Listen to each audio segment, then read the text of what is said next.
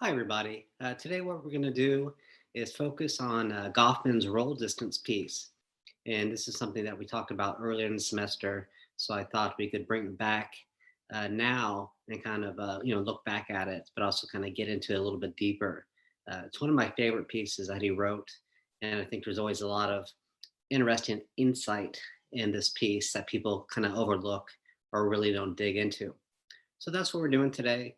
Um, as I was kind of going through my books earlier, I found the original edition of Cooley's piece that you read yesterday in the social organization. And so is a smaller section, the primary and secondary groups from this. So then I started to look for the original piece from which Roll Distance is from. And it's from a book called Encounters. He kind of has two different studies he put together in this book, different types of encounters that people experience in everyday life. And I did find kind of where I kind of give you the copy from the reader, but the original book I have, but I can't find.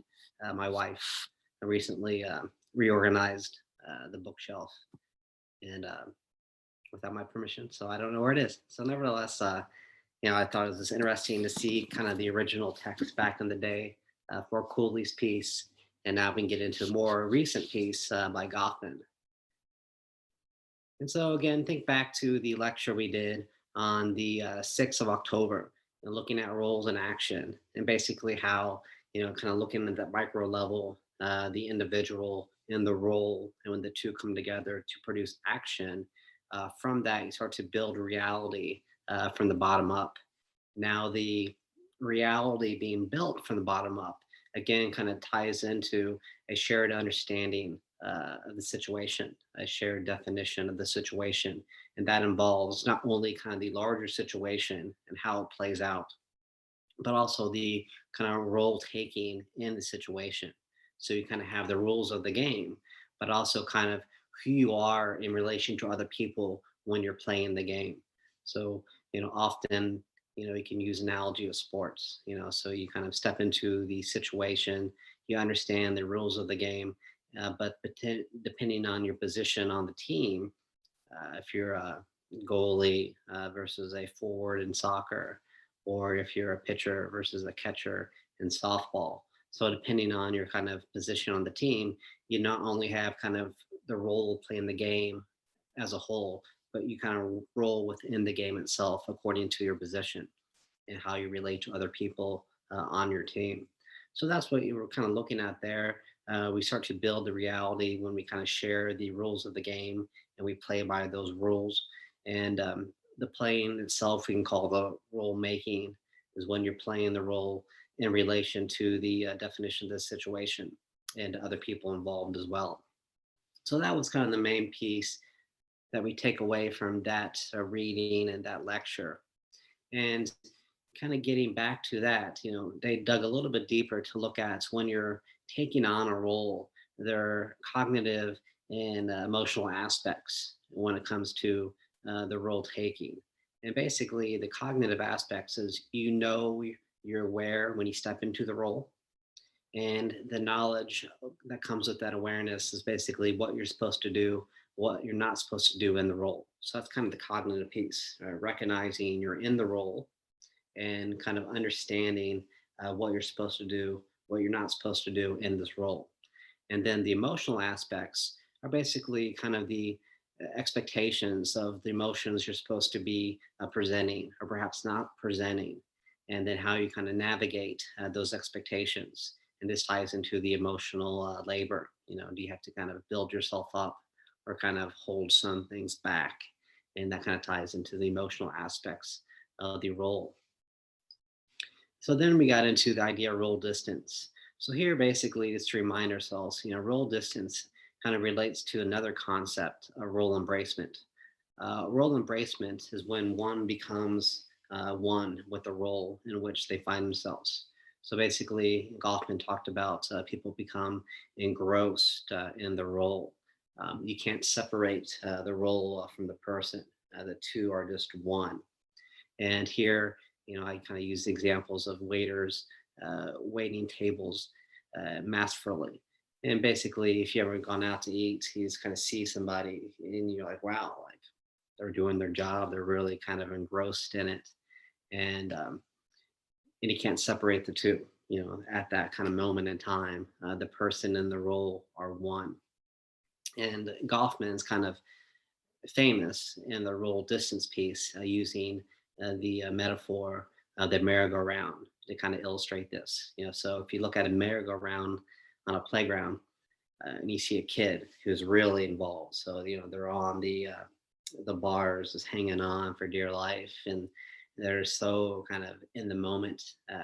That's kind of that embracement. You can't separate the kid from the kid kind of playing this role. On the merry-go-round, the activity that they're doing, the activity and the kid become one. But then you can look at the merry-go-round and see kind of other people. Perhaps you have the kid's parent, and the kid's parent is also on the merry-go-round. But the parent isn't going to be kind of engrossed in that activity, but kind of, distancing himself from it, kind of standing up, kind of looking around, and giving off the impression that, I'm not here trying to have fun. I'm here looking over my kid's safety. And so that kind of gets more into the role distancing. So, anyways, within the article, people always refer to the merry-go-round example to kind of show how people can be embracing the role, but also how you can distance yourself from your role, and you can distance yourself from the role in different ways. So, getting into the distancing, basically, this is when you have the individual creating distance between him or herself and the role in which they find themselves. So, here I always say, basically, the impression that we get is they're going through the motions. There's a clear kind of separation between the role being played and the person playing the role. And here we kind of say that, you would see a waiter at a restaurant that is, basically without care, without interest in the role that they're doing. Again, kind of going through the motions, I think is the best way to kind of talk about this. And so again, you kind of have the role embracement where the role and the person become one, or the role distance where the person creates separation between themselves and the role in which they're playing. So that's kind of the main idea of role distance. But we can get into it further and kind of see some what I call lessons within the lessons.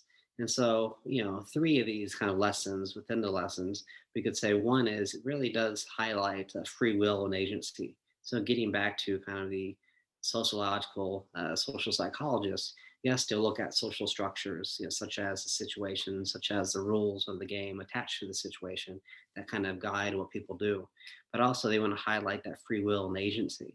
And so here we see that, the decision to embrace your role or not kind of captures that free will. Should I really get into it, or should I kind of separate myself from the role? And then it's not only making that decision to embrace or not, but deciding how to do it. Because you can embrace a role in many different ways. You can create separation, create that difference in different ways as well. So, again, kind of the agency is twofold. The recognition that, okay, I'm really going to kind of embrace this and get into it, kind of lose myself in the role, or I'm going to kind of separate myself from the role. And then the second element is, how you're doing that, how you're doing the separation, and how you're doing the embracing, the free will kind of within these social structures. And so another lesson within the lesson is the performative aspects. So I know a lot of you kind of talked about the dramaturgy, performative aspects of self and playing roles. And we can really see that here. Basically, although you're kind of within role constraints, when you embrace it, you can put your own spin on it. You can put your own little fashion on it. So I always kind of talk about teaching. Teachers can really get into the role and kind of lose themselves in the role, but they can do that in different ways. And just because a teacher really embraces the role of teaching doesn't mean they're all going to look the same when they're doing it. And the same thing is with kind of separation from the role. You can distance yourself from the role in many different ways. Um, Again, going back to Goffman's merry-go-round metaphor, he talked about the parent distancing himself from the activity by kind of playing the role of um, safety net, the person kind of looking over the kid in terms of his safety ness. But Goffman also talks about kind of an older kid who may be on the merry-go-round, but he doesn't want to come across as childish. So he kind of rides it like a horse and kind of makes a joke out of it. And through the making a joke out of it, he kind of distances himself from that activity. So we see the performative aspects, we see the free will and agency, but also we can talk about the considerations of sincerity. So is the embracement sincere? Does the person, really enjoy that role so much? That's why they lose themselves in it.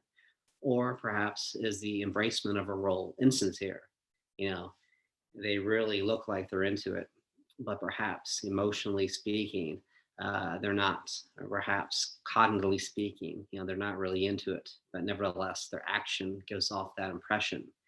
And so here we kind of jump to the second part to this. You can ask the question when it comes to sincerity or not in relation to another question: what are the underlying motives? So going back to the waiter example, if a waiter appears to be really engrossed in the role, um, perhaps it's not because they really enjoy what they're doing, but they're working for tips. So there's kind of a motivation factor that kind of drives their embracement of the role. It's not because they really feel connected to it psychologically or emotionally, but they're motivated by money and working for tips. And also, you can look at the question of kind of coming across as distant from the role, but that being insincere as well. So Goffman talks about in this piece how sometimes you see younger boys who may be really involved in their schoolwork and really enjoy learning, but sometimes when they're around their peers, they want to give off the impression that they don't like that role of the student. So although cognitively, emotionally, they're connected to the role of students, um, in terms of the impression they give off to other people, they create a real distance.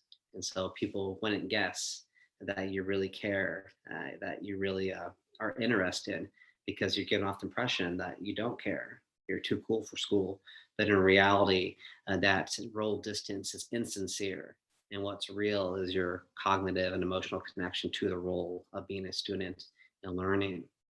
So again, Goffman, I always say, is one of the most famous, American sociologists, and because he gets really kind of down deep into the social psychology of things, I think that's why people find him interesting.